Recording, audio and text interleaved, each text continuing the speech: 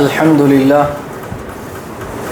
لله نحمده ونستعينه ونستغفره ونؤمن به ونتوكل عليه ونعوذ بالله من شرور أنفسنا ومن سيئات أعمالنا من يهده الله فلا مضل له ومن يضلله فلا هادي له وأشهد أن لا إله إلا الله وأشهد أن محمدًا عبده ورسوله أما بعد فإن خير الحديث كتاب الله وخير الهدي هدي محمد صلى الله عليه وسلم وشر الأمور محدثاتها وكل محدثة بدعة وكل بدعة ضلالة وكل ضلالة في النار فأعوذ بالله من الشيطان الرجيم بسم الله الرحمن الرحيم قاف والقرآن المجيد بل عجبوا أن جاءهم منذر منهم فقال الكافرون هذا شيء عجيب أإذا متنا وكنا ترابا ذلك رجع بعيد قد علمنا ما تنقص الأرض منهم وعندنا كتاب حفيظ بل كذبوا بالحق لما جاءهم فهم في أمر مريج أفلم ينظروا إلى السماء فوقهم كيف بنيناها وزيناها وما لها من فروج والأرض مددناها وألقينا فيها رواسي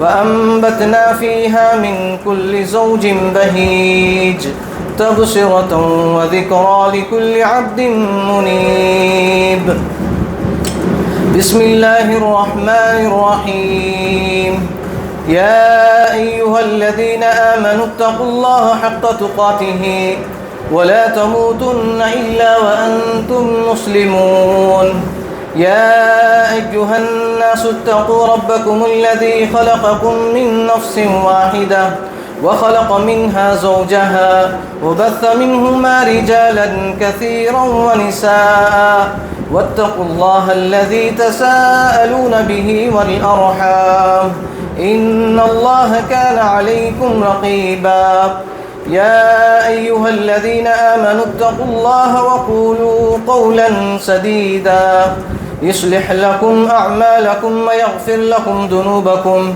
ومن يطع الله ورسوله فقد فاز فوزا عظيما وقال الله تبارك وتعالى في القرآن المجيد قد أفلح المؤمنون الذين هم في صلاتهم خاشعون وقال الله تبارك وتعالى في القرآن المجيد قال رب اشرح لي صدري ويسر لي أمري واحلل عقدة من لساني يفقه قولي رب زدني علما رب زدني علما رب زدني علما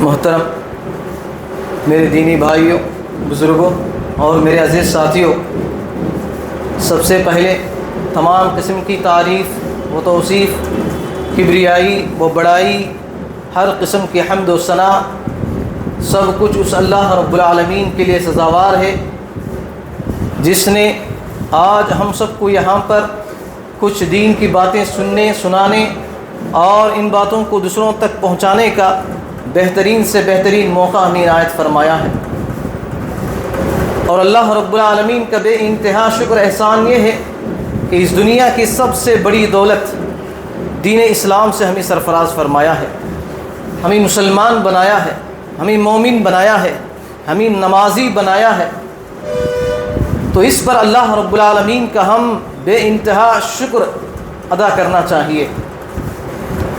اس مختصر حمد و ثنا کے بعد درود و کروڑ و سلام ہو تمام انبیاء علیہم السلام پر، خصوصاً میرے اور آپ کے آخری جناب محمد عربی صلی اللہ علیہ وسلم پر۔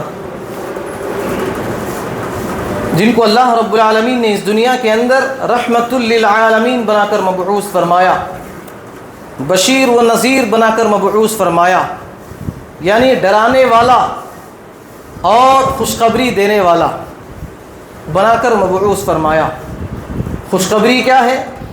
خوشخبری یہ ہے کہ اللہ اور اس کے رسول کی جو بھی لوگ اطاعت کرتے ہیں، قرآن اور حدیث کے مطابق جو لوگ اپنی زندگی گزارتے ہیں، اللہ کے نبی صلی اللہ علیہ وسلم نے ان لوگوں کے لیے خوشخبری سنائی ہے۔ وہ کیا ہے؟ ان کو آخرت میں جنت کے اندر داخل کیا جائے گا۔ اور اللہ رب العالمین نے نبی صلی اللہ علیہ وسلم کو ڈرانے والا بنا کر مبعوث فرمایا۔ کس چیز سے؟ گناہوں سے۔ جو بھی لوگ گناہوں سے دور رہیں گے، بے حیائی، فحاشی کے، غلط کاموں سے، برے کاموں سے دور رہیں گے، اللہ رب العالمین کو جو اعمال ناپسند ہیں، جن اعمال کو کرنے سے اللہ رب العالمین ناراضگی ہوتے ہیں، ان اعمال سے بچتے ہوئے جو لوگ زندگی گزارتے ہیں، ان لوگوں کے لیے اللہ کے نبی صلی اللہ علیہ وسلم نے ان تمام چیزوں سے اللہ کے نبی صلی اللہ علیہ وسلم نے ڈرایا۔ اگر تم ان چیزوں کے مطابق اپنی زندگی نہیں گزارو گے، گناہوں سے نہیں بچو گے، اللہ اور اس کے رسول کی اطاعت کو اپنی زندگی میں نافذ نہیں کرو گے، تو اللہ کے نبی صلی اللہ علیہ وسلم نے کہا کہ ایسے لوگوں کے لیے کیا ہے؟ جہنم ہے۔ تو یہاں پر دو چیزیں اللہ کے نبی صلی اللہ علیہ وسلم نے اپنی امت کو نصیحت کی۔ ایک، جنت میں جانے والے اعمال جو ہیں وہ بھی بتائیں، اور جہنم میں جن اعمال کے ذریعے سے انسان داخل ہوتا ہے ان اعمال کو بھی، ان گناہوں کو بھی اللہ کے نبی صلی اللہ علیہ وسلم نے بتا چکے ہیں۔ تو ہمارے اوپر فرض بنتا ہے کہ ہم نیک اعمال کر کے ہم جنت میں جائیں گے یا گناہ کا کام کر کے ہم جہنم میں جائیں گے، یہ ہمارے اوپر فیصلہ ہے، یہ ہمارے اوپر ڈیپینڈ ہے۔ تو اسی لیے ہمارے لیے ضروری ہے کہ ہم اللہ اور اس کے رسول کی اطاعت کو ہم اپنی زندگی میں نافذ کرنا چاہیے۔ انشاءاللہ عمل کریں گے انشاءاللہ۔ تو میرے محترم بھائیو، جیسا کہ پچھلے جمعہ آپ کے سامنے نماز پڑھنے میں ہماری جو کوتاہیاں، ہماری جو خطائیں، ہماری جو خامیاں ہماری نمازوں میں پائی جاتی ہیں، ان خامیوں کو، ان خطاؤں کو، ان غلطیوں کو آپ کے سامنے رکھا گیا۔ انہی میں سے چند غلطیاں، چند خامیاں آپ کے سامنے میں اسی نماز کے تعلق سے رکھنے کی کوشش کرتا ہوں، قرآن اور حدیث کی روشنی میں سمجھانے کی کوشش کرتا ہوں۔ ضرورت اس بات کی ہے کہ جو باتیں میں یہاں پر بیان کرتا ہوں ان باتوں کو غور و فکر کے ساتھ سننے کی کوشش کریں، سستی بیزارگی کے ساتھ، نیند کے غلبے کے ساتھ، اونگ کے ساتھ اگر آپ سنیں گے تو اس کا کچھ فائدہ نہیں ہے۔ آپ یہاں پر آئے ہیں کس مقصد سے؟ کچھ دین کی باتیں سن کر کچھ زندگی میں نیک کام کر لیں، گناہوں سے بچ جائیں، اس نیت سے آپ یہاں پر جمع ہوئے ہیں، اسی نیت سے آپ بیٹھنا چاہیے۔ اگر آپ یہاں پر آ کر بیٹھے ہیں، بیٹھنے کے بعد اگر آپ ان باتوں کو نہیں سنیں گے تو اس کا مطلب کیا ہے؟ آپ نے جس وقت کو، جو کام کو چھوڑ کر آپ نے خرید و فروخت کو چھوڑ دیا، اپنے بیوی بچوں کو چھوڑ دیا، رشتہ داروں کو چھوڑ دیا، دین کے، دنیا کے تمام مشغولیات کو چھوڑ کر آپ نے اس وقت کو قربان کر کے یہاں پر جمع ہوئے ہیں۔ کیوں؟ کیونکہ قرآن اور حدیث کی باتیں سن کر اپنی زندگی کے اندر کچھ اصلاح کریں، تبدیلی لائیں۔ اس نیت سے یہاں پر جمع ہونا ہے، نہ کہ یہاں پر آ کر اونگنا ہے، یہاں پر آ کر سونا ہے، یہاں پر آ کر ایسے ہی بیٹھنا ہے۔ بہت سارے لوگ ہیں یہاں پر آ کر بیٹھتے ہیں، ان کا دل ان کا جسم یہاں پر رہتا ہے، ان کا دل دماغ کہیں اور گھوم رہا ہوتا ہے۔ ایسا نہیں ہونا چاہیے میرے بھائی۔ سنیں گے انشاءاللہ۔ تو دیکھیے، پہلی بات یہ ہے، قرآن مجید کے اندر اللہ رب العالمین نے قرآن مجید کے اندر فرمایا ان الصلاۃ تنہی عن الفحشاء والمنکر، بے شک یہی نماز ہے جو آپ کو بے حیائی، برائی، گناہوں سے، فحاشی سے آپ کو کیا کرتی ہے؟ روکتی ہے۔ کیا کرتے ہیں میرے بھائی؟ روکتی ہے.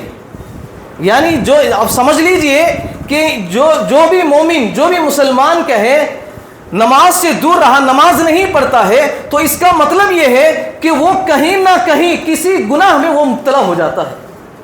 اس لیے کہ اللہ رب العالمین کا فیصلہ ہے ان الصلاۃ تنہی عن الفحشاء والمنکر، بے شک نماز کیا ہے ایک مومن کو، ایک مسلمان کو گناہوں سے دور رکھتی ہے، گناہوں سے پاک رکھتی ہے. تو ظاہر سی بات ہے جو لوگ نمازوں سے دور ہے تو اس کا مطلب یہ ہے کہ وہ گناہوں میں مبتلا ہے. تو سب سے پہلی چیز کیا ہے؟ ہمیں نمازوں کی پابندی کرنی چاہیے.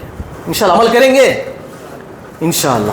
جب ہم نمازوں کی پابندی کریں گے تو نماز ہمیں کیسے پڑھنا ہے، کیسے ادا کرنا ہے، وہ بھی ہمیں کیا ہے سیکھنے کی ضرورت ہے. آج بہت سارے مسلمان ہیں جن کی عمریں 60-70 سال سے زیادہ گزر چکی ہیں، لیکن ابھی تک ان کو نماز پڑھنے کا طریقہ معلوم نہیں ہے. نماز پڑھنے کا طریقہ معلوم نہیں ہے. اسی لیے میں آج آپ لوگوں کے سامنے کیا ہے کچھ ہماری نمازوں میں جو خامیاں ہیں، ہماری نمازوں میں جو خطائیں ہیں، غلطیاں ہیں، کیا ہے ان کو ہمیں کیا ہے سدھارنے کی ہم کوشش کریں گے انشاءاللہ. عمل کریں گے میرے بھائی انشاءاللہ. تو سب سے پہلی چیز ہے میرے بھائی، جیسا کہ پچھلے جمعہ بہت ساری باتیں بتائی گئی تھی کہ نماز کے لیے کیا ہے کپڑوں کا کیا ہے پاکی صفائی کے ساتھ آنے کی کوشش کرنا چاہیے اور اپنے جسم کو پاک و صاف رکھنا چاہیے. جس جگہ پر ہم نماز پڑھ رہے ہیں اس کی پاکی و صفائی کا خیال رکھنا ضروری ہے. کیا میرے بھائی؟ اور اس طرح کی بہت ساری باتیں آپ کے سامنے رکھی، یعنی تنگ کپڑے پہن کر، ٹائٹ کپڑے پہن کر، تصویریں والی کپڑے پہن کر، یعنی جس کپڑوں پر فوٹوز ہو، جاندار کی فوٹو ہو، ان تصویروں میں کہیں نماز پڑھنے کے تعلق سے ایسے بہت ساری باتیں کہ آپ کے سامنے بتائی گئی. انہی باتوں میں سے ایک بات یہ ہے کہ مسجد میں اپنے لیے کسی ایک جگہ کو خاص کر لینا. مسجد میں کیا ہے کسی ایک جگہ کو خاص کر کے اسی جگہ میں پڑھنا. اس چیز سے اللہ کے نبی صلی اللہ علیہ وسلم کہیں منع کرتے ہیں. اور حدیث کے اندر آتا ہے عبد الرحمن بن شبل رضی اللہ عنہ، اس حدیث کے راوی ہیں، وہ فرماتے ہیں اللہ کے نبی صلی اللہ علیہ وسلم نے فرمایا نہا رسول اللہ صلی اللہ علیہ وسلم عن نقرۃ الغراب واقتراش السبع وان یوتن الرجل المکان فی المسجد کما یوتن البعیر. رسول اللہ صلی اللہ علیہ وسلم نے فرمایا کہ اس حدیث کے اندر صرف ایک بات نہیں ہے بلکہ 3 باتوں کا ذکر کر کے اللہ کے نبی صلی اللہ علیہ وسلم نے بتایا. اس میں سے پہلی بات یہ ہے کہ کوے کے چونچ کے مارنے کی طرح جلدی جلدی کہے سجدے کرنے سے اللہ کے نبی صلی اللہ علیہ وسلم منع فرمائے. کوا جس طرح سے کیا کرتا ہے ٹونگے مارتا ہے، جلدی جلدی کرتا ہے، تو اس طرح سے سجدہ کرنے سے اللہ کے نبی صلی اللہ علیہ وسلم نے منع فرمایا. ہماری جو معاشرے کے اندر جو مسلمان بھائی ہیں نماز آپ پڑھتے ہیں تو ان نمازوں کے اندر ان کی جو سجدے ہوتے ہیں اسی طرح کے سجدے ہوتے ہیں. نماز کو 1 منٹ میں 2 یا 3 رکعت 4 رکعت پڑھ کر چلے جاتے ہیں. تو ایسی نمازیں اللہ رب العالمین کے ہاں کیسے قبول ہوں گی؟ اسی لیے اللہ کے نبی صلی اللہ علیہ وسلم نے فرمایا کہ کوے کی کہے چونچ کے مارنے کی طرح تم سجدہ ہرگز نہ کیا کرو. ایک بات ہو گئی. دوسری بات اللہ کے نبی صلی اللہ علیہ وسلم نے فرمایا کہ درندوں کی طرح اپنے بازوؤں کو زمین پر بچھانے سے اللہ کے نبی صلی اللہ علیہ وسلم نے منع فرمایا. یعنی جب ہم سجدے میں جاتے ہیں تو اپنے پیروں کو، اپنے ہاتھوں کو کیا کرتے ہیں بہت جلدی کرتے ہیں. ایسا نہیں کرنا چاہیے، ایسا نہیں کرنا چاہیے، بلکہ اطمینان سے پرسکون کے ساتھ اطمینان کے ساتھ آپ سجدہ کرنے کی کوشش کرنا. لیکن ہم دیکھتے ہیں کہ بہت سارے ہمارے بھائی ہیں بہت جلدی جلدی نماز پڑھنے کی کوشش کرتے ہیں. اور اسی طرح آخری بات اسی حدیث کے اندر اللہ کے نبی صلی اللہ علیہ وسلم فرماتے ہیں اور مسجد میں کسی جگہ کو خاص کرنے سے، کسی جگہ کو خاص کر کے اسی جگہ میں نماز پڑھنے سے اللہ کے نبی صلی اللہ علیہ وسلم نے منع فرمایا. اسی لیے سب سے پہلی خامی ہمارے اندر جو چیز پائی جاتی ہے وہ کیا ہے؟ کسی ایک جگہ خاص کر کے ہمیں نماز نہیں پڑھنا چاہیے، بلکہ جہاں پر جگہ مل جاتی ہے اسی جگہ پر کیا ہمیں نماز پڑھنے کی ہمیں کوشش کرنا ہے. اس لیے کہ اسی کے تعلق سے اللہ کے نبی صلی اللہ علیہ وسلم فرماتے ہیں کہ انسان جس جگہ پر نماز پڑھتا ہے کل قیامت کے دن وہ جگہ اس بندے کے حق میں گواہی دے گی. وہ جگہ کیا ہے اس بندے کے حق میں اللہ رب العالمین کے پاس گواہی دے گی. اللہ رب العالمین اس جگہ پر یہ بندہ کیا ہے نماز پڑھ رہا تھا, میرے لیے دعائیں کر رہا تھا. یعنی یہ وہ جگہ کیا ہے وہ اللہ رب العالمین کے سامنے گواہی دے گی. تو اسی لیے کیا ہے ہم مسجد میں آ کر مختلف جگہوں میں آ کر کیا ہے پڑھنے کی ہمیں کوشش کرنا ہے. کسی خاص جگہ میں آ کر کہیں نماز پڑھنے سے ہمیں نہیں کرنا چاہیے. انشاءاللہ عمل کریں گے انشاءاللہ. اور اسی طرح دوسری چیز بہت سارے لوگوں کے اندر یہ خامی, یہ غلطی, یہ خطا ضرور دیکھنے کو ہمیں ملتا ہے. وہ کیا ہے نماز کے بعد جماعت کے ساتھ تو ہم کیا ہے سترے کے ساتھ پڑھتے ہیں, لیکن جب انفرادی طور پر جب آپ نماز پڑھتے ہیں چاہے نفل ہو چاہے سنت ہو چاہے فرض ہو انفرادی طور پر پڑھتے ہیں بغیر سترے کے کیا ہے آپ نماز پڑھتے ہیں. نماز پڑھتے ہیں تو نماز کے آگے میں کیا ہے کچھ چیز نہیں رکھتے ہیں. کچھ چیز کیا ہے کچھ لکڑی وغیرہ یا کچھ چیئر وغیرہ کیا ہے نہیں رکھتے ہیں. تو اس چیز سے بھی اللہ کے نبی صلی اللہ علیہ وسلم کیا کرتے ہیں روکتے ہیں کہ تم بغیر سترے کے نماز نہیں پڑھنا چاہیے بلکہ سترے کے ساتھ کہے تم نماز پڑھنا چاہیے. جیسا کہ حدیث کے اندر آتا ہے اللہ کے نبی صلی اللہ علیہ وسلم نے فرمایا لا تصلی الا الی سترۃ کہ تم سترے کی طرف ہی نماز پڑھا کرو. یعنی اور اسی حدیث کے اندر اللہ کے نبی صلی اللہ علیہ وسلم فرماتے ہیں کہ تم سترے کے ساتھ نماز پڑھو. اگر تم سترے کے ساتھ نماز پڑھنے کے باوجود بھی اگر تمہارے سامنے سے کوئی آدمی اگر گزرتا ہے تو اللہ کے نبی صلی اللہ علیہ وسلم فرماتے ہیں سب سے پہلے اس کو روکنے کی کوشش کرو. اس کو کیا ہے نماز ہی کی حالت میں اپنے ہاتھ سے اس کو روکنے کی کوشش کرو. اگر وہ دائیں سے آتا ہے تو دائیں طرف سے روکنے کی کوشش کرو, بائیں سے آتا ہے بائیں طرف سے بائیں ہاتھ سے اس کو روکنے کی کوشش کرو. اگر اس کے باوجود بھی وہ آپ کی رکاوٹ سے نہیں رکتا ہے جانے لگتا ہے تو اللہ کے نبی صلی اللہ علیہ وسلم نے فرمایا تو اس آدمی سے تم نماز ہی میں اس سے جھگڑنے لگو.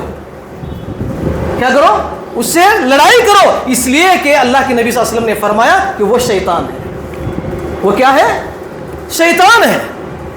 اگر چھوٹے بچے جن کو کیا ہے عقل نہیں ہے سوچ نہیں ہے اگر وہ نمازیوں کے آگے سے چلے جاتے ہیں کوئی حرج نہیں ہے, لیکن اگر ایک آدمی ہے انسان ہے اس کو معلوم ہے کہ ایک انسان ایک مومن ایک مسلمان نماز پڑھ رہا ہے اس کے آگے سے ایک انسان گزرتا ہے تو یہ بہت بڑا گناہ ہے, یہ بہت بڑا گناہ ہے. اسی لیے اللہ کے نبی صلی اللہ علیہ وسلم نے کیا فرمایا جو لوگ نمازیوں کے آگے سے گزرتے ہیں ان کو بھی تکلیف نہیں ہونا چاہیے, جو نماز پڑھ رہے ہیں ان کو بھی تکلیف نہیں ہونا ہے. اسی لیے اللہ کے نبی صلی اللہ علیہ وسلم نے کیا کہا تم سترہ رکھ کر کہے نماز پڑھو, سترہ رکھ کے نماز پڑھنا چاہیے. تو یہ خامی کیا ہمارے اندر بھی پائی جاتی ہے. یہاں تک کہ اس کے تعلق سے حضرت عمر رضی اللہ عنہ اس معاملے میں بہت ہی زیادہ سخت تھے, بہت ہی زیادہ سخت تھے. ایک مرتبہ کیا ہوتا ہے قرہ بن ایاس رضی اللہ عنہ ایک صحابی تھے جو مسجد کے اندر دو ستون ہیں دو پلرز ہیں, دو پلروں کے درمیان کیا ہے وہ صحابی نماز پڑھ رہے ہیں. دو پلرز ہیں ان دونوں کے درمیان کیا ہے نماز پڑھ رہے ہیں. عمر رضی اللہ عنہ آئے دیکھے کہ وہ صحابی دونوں پلرز کے درمیان میں نماز پڑھ رہے ہیں تو حضرت عمر رضی اللہ عنہ نے اس کے گردن پر ہاتھ رکھ کر اس کو پکڑ کر گھسیٹتے ہوئے کہے جہاں پر ستون ہے جہاں پر سترہ ہے وہاں پر لے جا کر کہے اس کو ان صحابی کو کھڑا کر کے کہا کہ تم یہاں پر اس سترے کے مطابق کہے تم نماز پڑھو. تو دیکھیے حضرت عمر رضی اللہ عنہ سترے کے معاملے میں کتنا زیادہ سخت تھے. یعنی سترے کے بغیر اگر انسان نماز پڑھتا ہے تو اس کے خیالات کیا ہوتے ہیں ادھر ادھر چلے جاتے ہیں. اگر سترہ رکھ دیا تو اس کا جو حدود ہے اسی کے دائرے میں رہتا ہے, اس کی جو نگاہیں اس کی جو نظریں ہیں اسی دائرے میں رہتے ہیں. اگر سترے کا اہتمام نہیں کریں گے تو اس کی نظر کیا ہے ادھر ادھر جانے کا اندیشہ ہوتا ہے.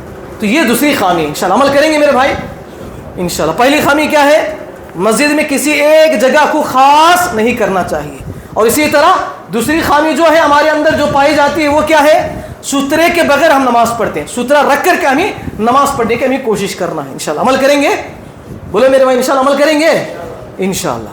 تو دیکھیے اسی طرح تیسری جو چیز ہے تیسری خامی جو ہے ہمارے اندر خاص طور پر اکثر مسلمانوں کے اندر یہ خامی، یہ غلطی کہے پائی جاتی ہے، وہ کیا ہے کہ نماز پڑھنے سے پہلے، نماز کو جب آتے ہیں، نماز کے لیے جب کھڑے ہوتے ہیں تو اپنے زبان سے نیت کے الفاظ کہے پڑھتے ہیں، نیت کے الفاظ ادا کرتے ہیں۔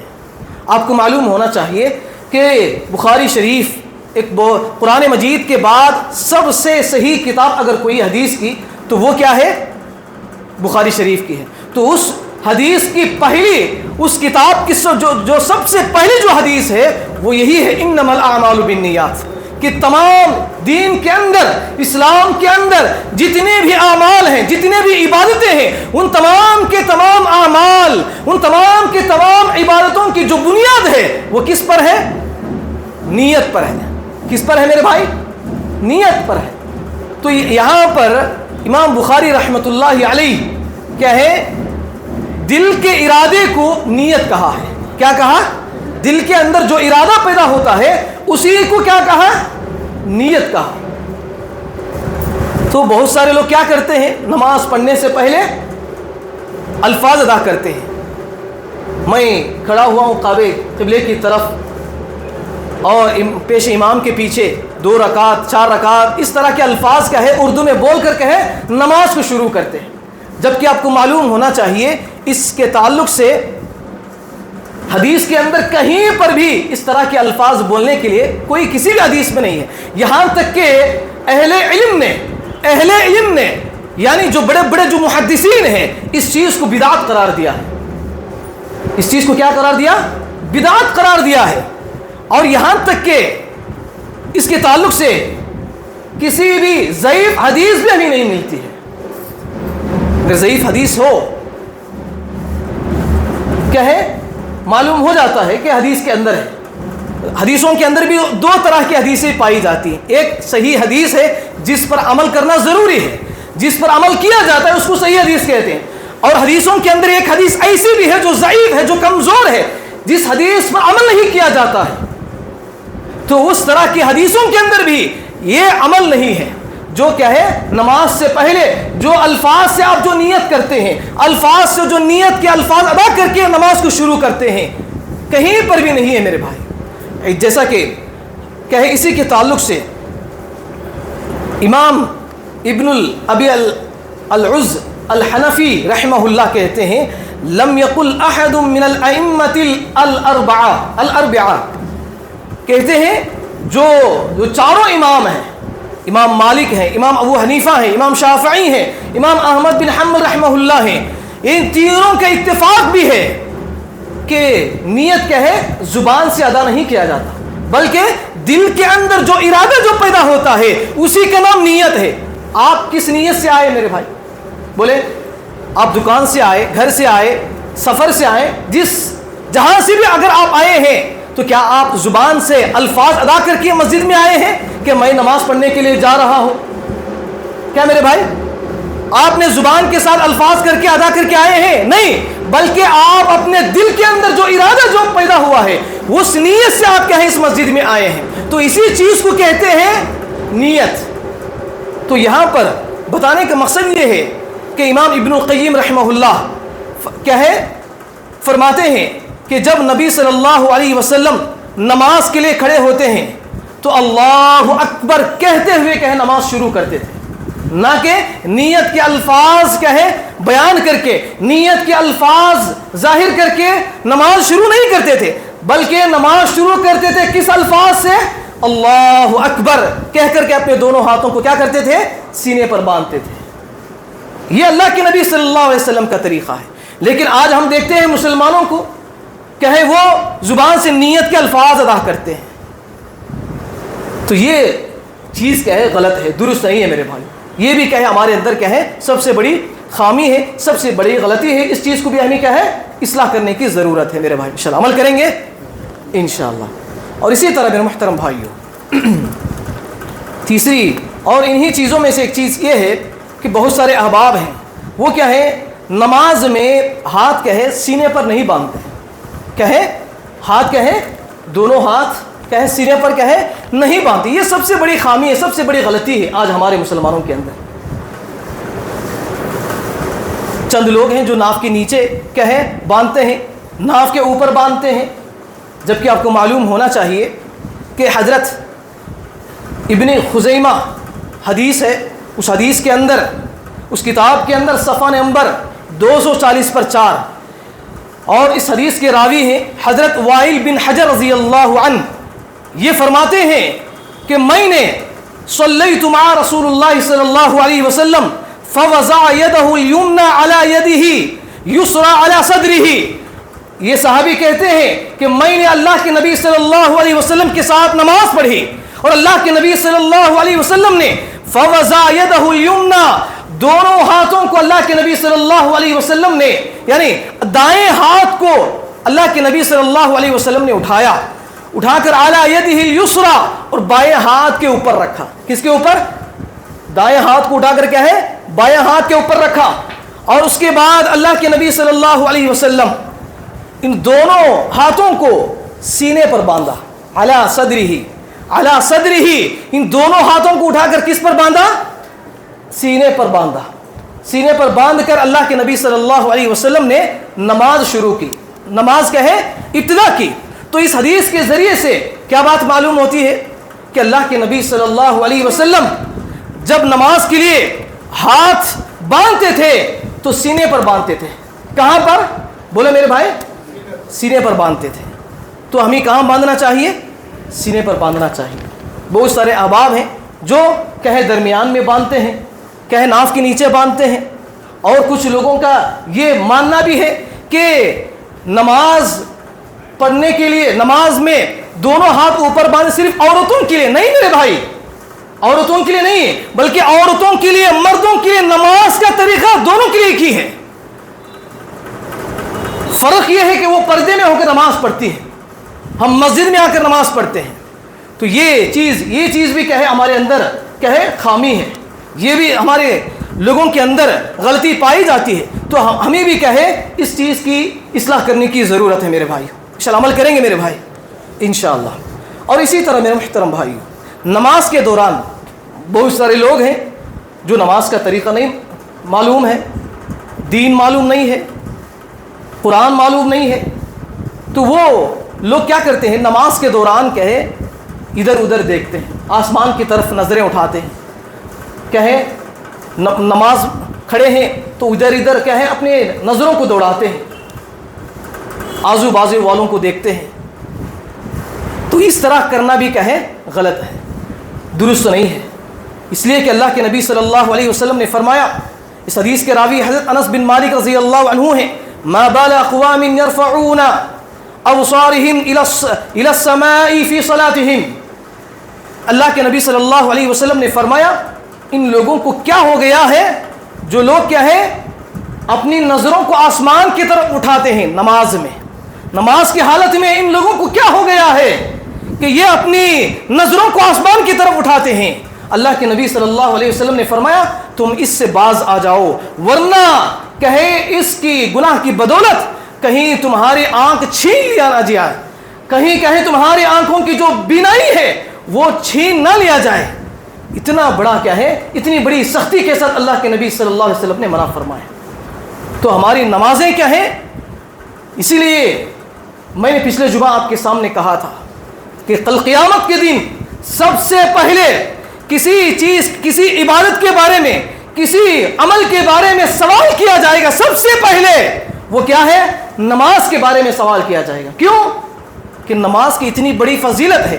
اگر اتنی بڑی فضیلت والی نماز کو اگر آپ صحیح سنت کے مطابق، نبی صلی اللہ علیہ وسلم کے طریقے کے مطابق اگر آپ اس نماز کو ادا نہیں کریں گے تو کل قیامت کے دن سب سے پہلے اسی نماز کے بارے میں آپ کو کیا ہے سوال کیا جائے گا، آپ وہاں پر کیا جواب دیں گے؟ تو اسی لیے ہمیں ضرورت ہے ہماری نمازوں کی کیا ہے ہمیں اصلاح کرنے کی، ہماری نمازوں کی ہمیں کیا کرنا ہے؟ تبدیلی لانے کی ہمیں ضرورت ہے میرے بھائی، انشاءاللہ عمل کریں گے انشاءاللہ۔ اور اسی طرح میرے محترم بھائیوں، نماز میں خاص طور پر کیا ہے غیر ضروری حرکت کرنا۔ جب آپ نماز پڑھتے ہیں، نماز پڑھتے وقت کیا ہے آپ کہے پیٹھ میں کھجانا، گردن میں کھجانا، ناک میں کھجانا، کہے دانتوں کو صاف کرنا، کان میں صاف کرنا، کپڑوں کو سیدھا کرنا کیا ہے، ایسا بہت سارے لوگ کرتے ہیں. تو اس چیز سے بھی کہے، یہاں تک کہ اللہ رب العالمین نے قرآن مجید کے اندر اس چیز کے بارے میں بتایا کہ مومن تو ہیں، مسلمان تو ہیں، لیکن وہی مومن وہی مسلمان کامیاب ہوں گے جو نمازوں کو خشوع و خضوع کے ساتھ پڑھتے ہیں. خشوع و خضوع کا مطلب کیا ہے؟ آپ جب نماز کے لیے کھڑے ہوتے ہیں تو نماز آپ ایسی پڑھنی چاہیے گویا کہ آپ اللہ رب العالمین کو اپنی آنکھوں سے دیکھ رہے ہیں. ایسا آپ نماز پڑھنا چاہیے. اگر آپ ایسا محسوس نہیں کرتے ہیں تو یہ محسوس ضرور کرنا چاہیے کہ اللہ رب العالمین نے آپ کو دیکھ رہا ہے. ایسا محسوس کر کے آپ نماز پڑھنا چاہیے. جب آپ اللہ رب العالمین کے سامنے کھڑے ہوں گے تو یہ غیر ضروری جو حرکتیں ہیں، اس طرح کی حرکتیں کرتے ہوئے جب آپ نماز پڑھیں گے تو وہ نماز کہیں نماز نہیں ہے، وہ نماز قابل قبول نہیں ہے میرے بھائی. تو اسی لیے ضروری ہے کہ ہم نماز کے اندر کیا کرنا چاہیے؟ خشوع و خضوع کے ساتھ ہمیں نماز پڑھنا چاہیے. حرکتیں نہیں کرنا چاہیے. کپڑوں کو سیدھا کرنا، بالوں کو سیدھا کرنا کیا ہے، داڑھی کو سیدھا کرنا کیا ہے، اس طرح کی حرکتیں نہیں کرنا چاہیے، ورنہ آپ کی نماز کیا ہے، رد ہو جائے گی. اسی لیے یہ ایک چیز کیا ہے ہمارے اندر کیا ہے خامی پائی جاتی ہے، جس کے لیے اللہ رب العالمین نے قرآن مجید کے اندر فرمایا قد افلح المؤمنون، بے شک وہی مومن کامیاب ہوں گے، الذین هم فی صلاتهم خاشعون، جو لوگ اپنی نمازوں کو خشوع و خضوع کے ساتھ نماز پڑھتے ہیں. تو یہ خشوع خضوع اسی کے اندر آ جاتا ہے. تو یہ چیزیں ہیں جو خامیاں ہیں میرے بھائیوں. اور اسی طرح میرے محترم بھائیوں، نمازوں کے اندر خاص طور پر اعتدال ہونا چاہیے. کیا ہونا چاہیے؟ اعتدال ہونا چاہیے. جلدی جلدی ادا نہیں کرنا چاہیے، جلدی جلدی سجدے، جلدی جلدی رکوع، جلدی جلدی نمازیں، جلدی جلدی رکعتیں، ایسا نہیں پڑھنا چاہیے. جیسا کہ اس لیے کہ اللہ کے نبی صلی اللہ علیہ وسلم کی حدیث ہے، حضرت ابو ہریرہ رضی اللہ عنہ اس حدیث کے راوی ہیں، وہ فرماتے ہیں کہ ایک آدمی، ایک صحابی اللہ کے نبی صلی اللہ علیہ وسلم کی خدمت میں حاضر ہوا اور سلام کیا تو اللہ کے نبی صلی اللہ علیہ وسلم نے سلام کا جواب دیا اور وہ شخص جا کر کے نماز پڑھنے لگا. نماز کے بعد پھر اللہ کے نبی صلی اللہ علیہ وسلم کی خدمت میں حاضر ہوا اور سلام کہنے لگا تو اللہ کے نبی صلی اللہ علیہ وسلم نے اس صحابی سے کہا کہ تم جاؤ، جا کر پھر نماز کو ادا کرو. تو وہ صحابی پھر جاتے ہیں، پھر نماز کو ادا کرتے ہیں، پھر نماز کے بعد پھر آتے ہیں، پھر سلام کرتے ہیں. تو اللہ کے نبی صلی اللہ علیہ وسلم پھر اس صحابی کو سلام کا جواب دے کر پھر کہتے ہیں جاؤ، جا کر نماز پڑھو، تمہاری نماز ابھی مکمل نہیں ہوئی ہے. تو اس طرح 3 مرتبہ ہوتا ہے. 3 مرتبے کے بعد وہ صحابی خود اللہ کے نبی صلی اللہ علیہ وسلم سے پوچھتے ہیں اے اللہ کے نبی صلی اللہ علیہ وسلم آپ ہی بتا دیجئے کہ میری نماز کیا ہے، مجھے نماز کیسی پڑھنی ہے. تو اللہ کے نبی صلی اللہ علیہ وسلم اس کے بعد کھڑے ہو کر اس صحابی کو پوری مکمل طور پر کیا ہے نماز کا طریقہ سکھاتے ہیں کہ تم جب نماز کے لیے کھڑے ہوتے ہو تو پر اطمینان کے ساتھ، سکون کے ساتھ تم اللہ اکبر کہنا چاہیے. جب تم رکوع میں جاتے ہو بالکل اطمینان کے ساتھ کہے تم رکوع میں جانا چاہیے، اور جب تم رکوع سے اٹھتے ہو تو اٹھتے وقت بھی اطمینان کے ساتھ اٹھنا چاہیے. سجدے میں جاتے ہو تو جاتے وقت بھی پرسکون کے ساتھ، اطمینان کے ساتھ کہے تم سجدہ کرنا چاہیے. تو یہ طریقہ اللہ کے نبی صلی اللہ علیہ وسلم نے اس صحابی کو سکھاتے ہیں. تو اس حدیث کے ذریعے سے کیا بات معلوم ہوتی ہے؟ جلدی جلدی جو لوگ نماز ادا کرتے ہیں تو ان کی نمازیں کافی نہیں ہیں اللہ رب العالمین کے لیے، بلکہ آپ جب اللہ رب العالمین کی نماز پڑھتے ہیں سکون کے ساتھ، اطمینان کے ساتھ کہے اب اللہ رب العالمین کے لیے نماز کو ادا کرنا چاہیے. انشاءاللہ عمل کریں گے میرے بھائی انشاءاللہ. اور اسی طرح میرے محترم بھائیو، اقامت کے بعد خاص طور پر کہے مسجدوں کے اندر دیکھا جاتا ہے اقامت کے بعد، یعنی اذان ہو جاتی ہے، اذان کے بعد جب جماعت کے لیے لوگ کھڑے ہو جاتے ہیں، اقامت کہی جاتی ہے تو لوگ کہے سنتیں پڑھتے رہتے ہیں. سنتیں کیا ہے؟ پڑھتے رہتے ہیں. آپ لوگوں کو معلوم ہونا چاہیے میرے بھائی، جب فرض نماز شروع ہو جاتی ہے، جب فرض نماز شروع ہو جاتی ہے تو آپ کی کوئی نماز قبول نہیں کیا جاتا، کوئی بھی نماز اللہ رب العالمین قبول نہیں کریں گے جب تک آپ فرض ادا نہ کر لیں. آپ سنت پڑھ رہے ہیں, جب تک کہے جماعت نہیں کھڑتی ہے اس وقت تک آپ کہے سنتیں پڑھ سکتے ہیں. جب فرض نماز کے لیے کھڑے ہو جاتے ہیں تو آپ جس سنت میں بھی ہو, جس نفل میں بھی ہو, اس سنت کو چھوڑ دینا چاہیے. اس سنت کو, اس نفل کو چھوڑ کر فرض کے اندر آ کر شامل ہونا چاہیے. اس لیے کہ اس کے تعلق سے مسلم شریف کے اندر حدیث ہے, حضرت اللہ کے نبی صلی اللہ علیہ وسلم فرماتے ہیں اذا اقیمت الصلاة فلا صلاة الا المکتوبہ, کہ جب نماز کے لیے کھڑے ہوتے ہیں فرض نماز کے لیے, فلا صلاة کوئی نماز نہیں ہے, الا المکتوبہ صرف فرض کے علاوہ کوئی نماز آپ کو پڑھنے کے لیے کہے نہیں چاہیے. لیکن لوگوں کو دیکھتے ہیں, ہمارے لوگوں کو دیکھتے ہیں, ادھر اقامت ہو رہی ہے, لوگ نمازیں ادا کر رہے ہیں, سنتیں پڑھ رہے ہیں. میرے بھائی فرض نماز سے زیادہ کوئی بھی نماز کیا ہے زیادہ نہیں ہے. اس کے تعلق سے خاص طور پر فجر کی نماز کے تعلق سے آتا ہے. قیس رضی اللہ عنہ اس حدیث کے راوی ہیں, وہ فرماتے ہیں کہ میں نے ایک مرتبہ اللہ کے نبی صلی اللہ علیہ وسلم کے ساتھ فجر کی نماز ادا کی. فجر کی نماز کے بعد فوراً اٹھ کر میں نے 2 رکعت سنت پڑھنے کے لیے جا رہا تھا. تو اللہ کے نبی صلی اللہ علیہ وسلم نے آ کر کہا اے قیس کیا تم ظہر اور عصر دونوں میں آ کر پڑھ رہے ہو؟ تو قیس رضی اللہ عنہ کہتے ہیں اللہ کے نبی صلی اللہ علیہ وسلم نہیں, میں نے فجر کی جو 2 رکعت سنت جو فجر سے پہلے نہیں پڑھی, جو وہ فجر کے بعد میں کہے پڑھنے کی کوشش کر رہا ہوں. تو اللہ کے نبی صلی اللہ علیہ وسلم نے کہا جاؤ پڑھو, اجازت ہے تمہارے لیے. تو یہ چیز ہے, بہت سارے لوگ ہیں جو فجر کی سنت کو کہے فجر سے ہی پہلے پڑھیں گے تو کہے سنت ہوگی, فجر کے بعد اگر نہیں, فجر کے بعد اگر پڑھیں گے تو نہیں ہوگی. یہ عقیدہ لوگوں کے اندر پائے جاتا ہے, یہ بالکل غلط ہے میرے بھائی, یہ بالکل درست نہیں ہے. جبکہ حدیث ہمارے سامنے موجود ہے کہ وہ صحابی فجر کی نماز کے بعد, فرض نماز کے بعد کہے جو سنتیں جو پہلے ادا کرنی تھی وہ ادا نہیں کی تو بعد میں ادا کی, تو اللہ کے نبی صلی اللہ علیہ وسلم نے اس صحابی کو اجازت دے دی. تو ہمارے لیے بھی ضروری ہے کہ کیا کریں, جو کہے فرض جو نماز ہے, نماز کے لیے اقامت کہی جاتی ہے, کہے کوئی بھی سنت ہے, کوئی بھی نفل ہے, اس کو چھوڑ کر کہے آپ جماعت میں شامل ہونے کی کوشش کرنا ہے. تو یہ خامی ہمارے اندر پائی جاتی ہے, یہ غلطی ہمارے اندر پائی جاتی ہے. اس چیز کی کہے ہمیں تبدیلی کرنے کی ضرورت, اصلاح کرنے کی ضرورت ہے میرے بھائی. انشاءاللہ عمل کریں گے میرے بھائی انشاءاللہ. اور اسی طرح میرے محترم بھائیوں, آخری بات کہہ کر اپنی بات کو میں ختم کر دیتا ہوں. سب سے بڑی خامی یہ ہے کہ ہم نماز نہیں پڑھتے. کیا ہے سب سے بڑی خامی کیا ہے میرے بھائی؟ ہم صرف جمعہ میں نماز ادا کرتے ہیں, جنازے کی نماز ہم ادا کرتے ہیں, عید کی نماز ہم ادا کرتے ہیں, رمضان کی نماز, عید کی نماز, بقرعید کی نماز, یہ نمازیں ہم ادا کرتے ہیں. جو باقی جو نمازیں ہیں, جو دن میں 5 وقت کی جو ہمیں ادا کرنا ہے, وہ ہم کہاں کر رہے ہیں میرے بھائی؟ یہ سب سے بڑی خامی آج ہمارے مسلمانوں کے اندر پایا جاتا ہے. آپ کو معلوم ہونا چاہیے میرے بھائی, آپ لوگوں کو معلوم ہونا چاہیے کہ نماز چھوڑنے کا کتنا بڑا گناہ ہے, کتنی بڑی مذمت اللہ رب العالمین نے قرآن مجید کے اندر بیان کیا ہے. دیکھیے سورہ مدثر آیت نمبر 40 سے 40/7 تک یہ آیتیں موجود ہیں.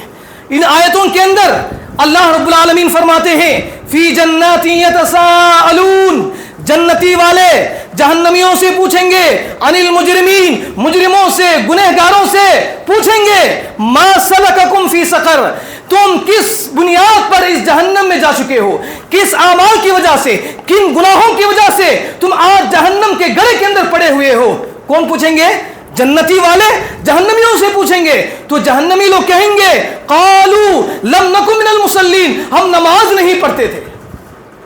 کیا نہیں پڑھتے تھے؟ بولے میرے بھائی ہم نماز نہیں پڑھتے تھے تو اسی لیے آج ہم جہنم میں ہیں. وَلَمْ نَكُ نُطْعِمُ الْمِسْكِينَ, اور اس کے ساتھ ساتھ ہم مسکینوں کو کھانا نہیں کھلایا کرتے تھے, ان کی مدد نہیں کیا کرتے تھے. ہمارے پاس سب کچھ تھا, ہمارے پاس کپڑے تھے, ہمارے پاس رزق تھا, ہمارے پاس مال و دولت تھا, سب کچھ تھا, لیکن اس کے باوجود بھی ہم نے مسکینوں کو نہیں کھلایا, مسکینوں کو نہیں پہنایا, نہیں مسکینوں کو ان کی حاجتوں کو, ان کی ضرورتوں کو ہم نے پورا نہیں کیا. اسی لیے آج ہم یہاں پر جہنم میں پڑے ہوئے ہیں. اور اسی طرح اتنا ہی نہیں, وَكُنَّا نَخُوضُ مَعَ الْخَائِضِينَ, ایک طرف نماز کے لیے اذان دی جا رہی ہے، دوسری طرف نماز با جماعت ادا کرنے کے لیے اقامت کہی جا رہی ہے، لیکن ایسے حالات میں بھی ہم خرید و فروخت کرتے تھے، ہم لوگوں کے ساتھ باتیں کیا کرتے تھے، مذاق کیا کرتے تھے، دوسری مشغولیات کیا کرتے تھے، اسی وجہ سے آج ہم یہاں پر جہنم میں ہیں۔ اتنا ہی نہیں، اور وہ لوگ یہ بھی کہیں گے وَكُنَّا نَخُوضُ مَعَ الْخَائِضِينَ وَكُنَّا نُكَذِّبُ بِيَوْمِ الدِّينِ، اور ہم روز جزا کو ہم جھٹلایا کرتے تھے، یعنی قیامت کے دن حساب و کتاب ہوگا، اس چیز کے بارے میں جھٹلایا کرتے تھے۔ تو اس وجہ سے آج ہم یہاں پر جہنم میں ہیں، یعنی یہ تمام چیزیں ہم دنیا کے اندر کرتے تھے، یہاں تک کہ حتی اتانا الیقین، یہاں تک کہ ہمارے پاس کیا ہے، موت آ گئی، ہمارے پاس کیا ہے، موت کا فرشتہ آ گیا، اور ہم کیا ہے، یہاں پر جہنم میں آ کر گرے ہیں۔ تو یہ قرآن مجید کی آیتیں ہیں میرے بھائی، یہ دنیا والوں کی قصے کہانیاں نہیں ہیں، بلکہ یہ قرآن مجید کی اللہ رب العالمین کی باتیں ہیں۔ تو ان باتوں کے اوپر کچھ ہمیں غور کرنے کی ضرورت ہے، ان باتوں پر کچھ خوف کھانے کی ضرورت ہے، کچھ سمجھنے کی ضرورت ہے، کچھ اصلاح کرنے کی ضرورت ہے میرے بھائی۔ اگر جب تک آپ اپنے اندر تبدیلی نہیں لائیں گے، اصلاح نہیں لائیں گے، تو کل قیامت کے دن ضرور آپ لوگ پچھتائیں گے۔ جنتی والوں کو اسی طرح کے جواب آپ بھی دیں گے جب آپ نمازوں کو چھوڑ دیں گے۔ تو اسی لیے ضرورت اس بات کی ہے کہ جو 5 وقت کی نمازیں جو ہمیں ادا کرنا ضروری ہے، فرض ہے، ان نمازوں کو سب سے پہلے ادا کرو۔